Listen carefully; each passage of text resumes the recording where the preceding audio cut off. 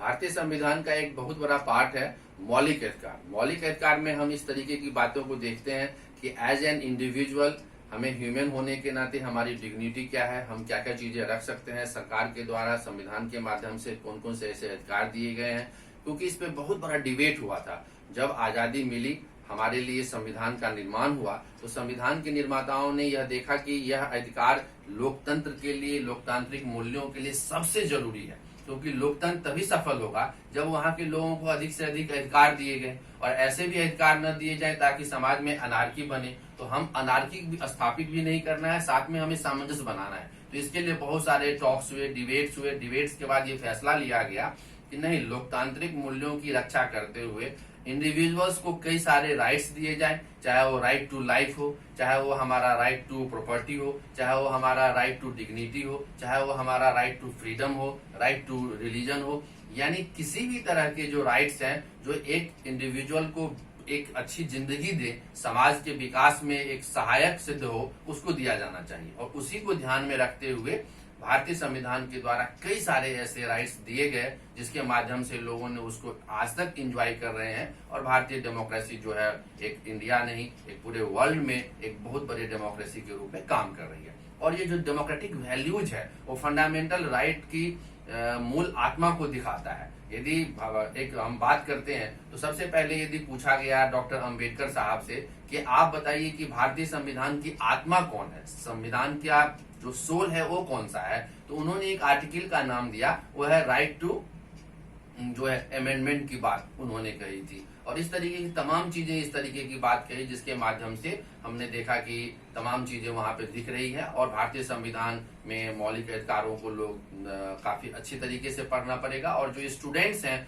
उनको ये देखना पड़ेगा कि लास्ट ईयर के जो क्वेश्चंस हैं वो किस किस तरीके का क्वेश्चंस है जिसके माध्यम से उन्हें पीटी और मेंस में कोई दिक्कत नहीं हो। यह निश्चित रूप से एक महत्वपूर्ण भाग है, महत्वपूर्ण चैप्टर्स इसका है, और इसको लोग स्टूडेंट्स पढ़ें ताकि काफी उसको हम अच्छे तरीके से कर सकते हैं। इसी तरीके से जब हम एग्जीक्यूटिव्स की बात करते हैं, जिसमें हम प्राइम मिनिस्टर्स की बात करते हैं, चाहे वो संसद की बात करते हैं, विधायिका की बात करते हैं, चाहे वो कार्यपालिका की बात करते हैं, तो इन सभी का भी एक विस्तार से हमें अध्ययन करना होता है। स्टूडेंट्स, यह काफी रोचक भी है। रोचक इस सेंस में है कि हम लोग अक्सर न्यूज़पेपर्स में देखते हैं कि न्यूज़पेपर्स में प्रधानमंत्री का चुनाव हम देखते हैं, प्रधानमंत्री की चीजों को देखते हैं, राष्ट्रपति को देखते हैं, संवैधानिक संबंधों के माध्यम से हम देखते हैं किस तरीके से दो देशों के बीच में क्या संबंध होने चाहिए, किस तरीके से प्रधानमंत्री जो है राष्ट्रपति को रिपोर्टिंग करते हैं। तो एक तमाम चीजें हैं जो है आपके पास एक जिज्ञासा भी बनती है, एक कॉमन सेंस में, और एक जनरल स्टडीज के लिए वैसे भी बच्चे इसको पढ़ना चाहते हैं।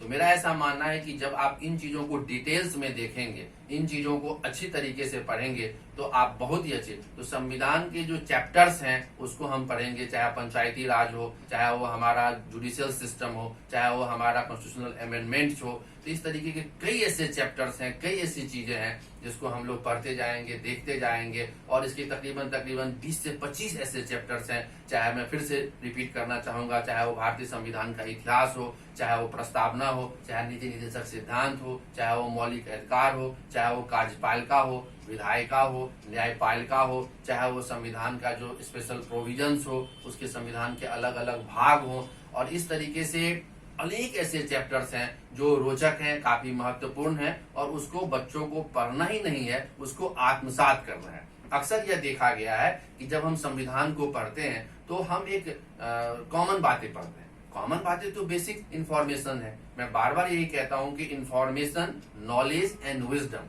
जब तक आपको 3 स्टेज के नॉलेज को अटेन नहीं करेंगे। सपोज करें यदि कोई स्टूडेंट से ये पूछा जाए कि भारत में कुल कितने स्टेट हैं, तो स्टेट फॉरवर्ड वो कह सकते हैं कि हाँ इतने स्टेट हैं, 28 स्टेट है, 29 स्टेट्स हैं, वो कह सकते हैं। लेकिन जब हम बात करेंगे कि इस स्टेट्स का क्या रूप है, नेचर क्या है, इसका सिग्निफिकेंस क्या है, ये डेमोक्रेटिक स्टेट है, वेलफेयर स्टेट है, किस तरह का है, तो वहां हम सिर्फ इस इंफॉर्मेशन से अपने क्वेश्चंस को नहीं बना सकते हैं। अर्थात उस क्वेश्चंस के नेचर के बारे में जानने के लिए हमें एक एग्जॉस्टिव स्टडी करनी होगी।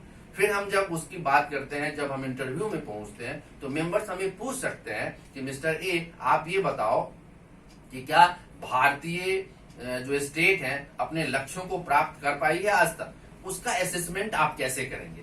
यानी एक होता है इंफॉर्मेशन, दूसरा है नॉलेज और तीसरा है विजडम। तो जब तक इस तीनों पार्ट में आपका एक बेहतर उसका लिंक नहीं है, उसकी आपकी आइडियोलॉजी डेवलप नहीं होती है, उसकी अंडरस्टैंडिंग डेवलप नहीं होती है, तब तक आप एक बेहतर आंसर नहीं लिख सकते हैं। अर्थात मेरा फिर से यही कहना है कि आप तीनों चीजों को एक सामंजस्य बने, कोऑर्डिनेशन बनाए, और तभी आप एक बेहतर आंसर लिख सकते हैं, समझ सकते हैं और इंटरव्यू में बोल भी सकते हैं। तो भारतीय संविधान को आप जब पढ़ेंगे तो काफी रोचक जानकारियां आपको मिलेंगी। इसी तरीके से जो न्यूज़पेपर्स की भूमिका है, डियर स्टूडेंट, सबसे इंपॉर्टेंट है कि हमें सिर्फ टेक्स्ट बुक या एनसीईआरटी बुक्स या क्लास नोट्स ही नहीं पढ़ने हैं, हमें अपडेट करने के लिए न्यूज़पेपर्स भी पढ़ने पड़ेंगे साथ साथ। जैसे द हिंदू न्यूज़पेपर है, फ्रंटलाइन है, या जो लोकसभा टीवी है, राज्यसभा टीवी है, ऑल इंडिया रेडियो है। इससे हमें करंट अफेयर्स की जानकारियां मिलती हैं जो हमें करंट अफेयर्स में भी हेल्प करती है, और साथ ही साथ जो हमारा इंडियन पॉलिटी का जो सेक्शन है उस सेक्शन में भी हमें मदद करती है। आप पूछेंगे सर कैसे,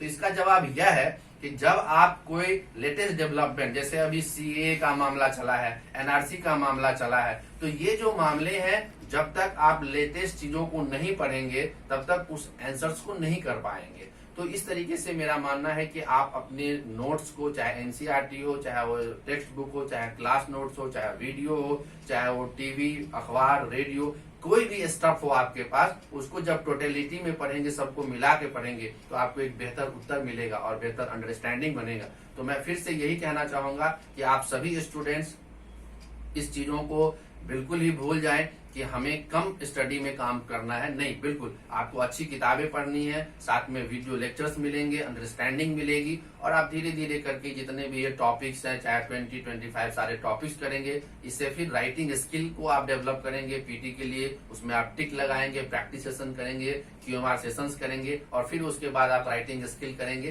ताकि आप एक बेहतर से बेहतर आंसर तैयार कर सकें। और मेरा ऐसा मानना है कि जब आप अनअकैडमी से जुड़ेंगे, तो मैं फिर से यही कहूंगा कि अनअकैडमी इंडिया का एक ऐसा प्लेटफॉर्म है जहां पे कई सारे फैकल्टीज हैं, और फैकल्टीज एक फैमिली की तरह काम करती है, और उस फैकल्टीज के माध्यम से आपका बहुत ही नॉलेज इंक्रीज होगा। और इसके लिए आप सबसे ब्यूटीफुल चीज है टेक्नोलॉजी का, कि कोई भी व्यक्ति कहीं भी है, चाहे वो रिमोट एक एरिया में हो, चाहे वो एक अर्बन एरिया में हो, इन चीजों को सब्सक्राइब करके, कुछ लाइव लर्नर्स होते हैं, कुछ सब्सक्राइब लर्नर होते हैं, तो इसको पढ़ सकते हैं। तो हम लोगों का जो एक्सपीरियंस है, काफी बच्चे सक्सेसफुली गाइड हम लोगों ने किया है, तो हम लोग चाहते हैं कि अनअकैडमी के माध्यम से जो अपनी नॉलेज है, एक्सपर्टाइज है, एक्सपीरियंस है, उसको हम स्टूडेंट्स को शेयर करें, ताकि ज्यादा से ज्यादा बच्चे इसको फायदा उठा सके और अनअकैडमी अपने लक्ष्य को, अपने एम को प्राप्त कर सके।